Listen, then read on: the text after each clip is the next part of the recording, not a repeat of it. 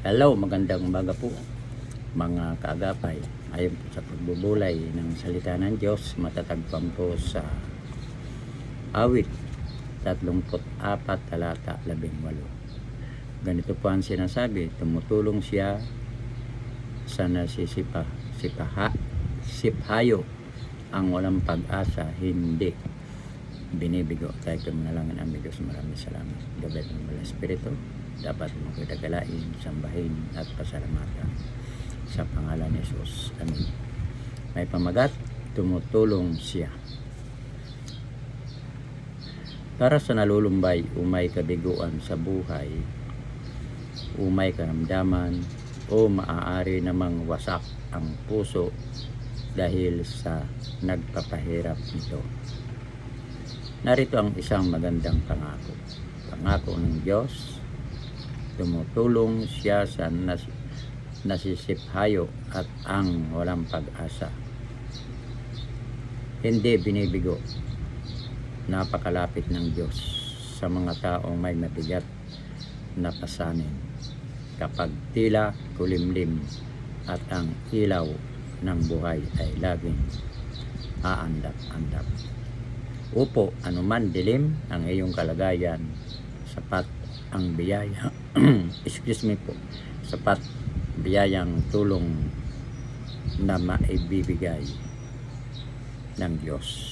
Kung ito ay hihingin, ang patutuo sa Awit 40 talata 17, mahina man ako at wala nang lakas, ngunit sa isip mo'y di mo kinakatkat.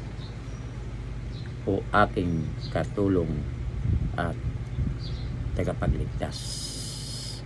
Siya ang lakas sa mahihina, kaaliwan sa mga nalulumbay at sawi, pag-asa sa nanlulumo at madarama.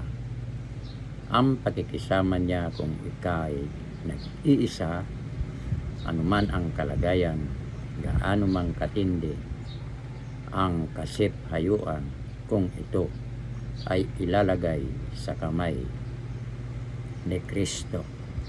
Hindi lamang ito mabubuo, kundi magkakaroon din ng kahulugan ang iyong buhay.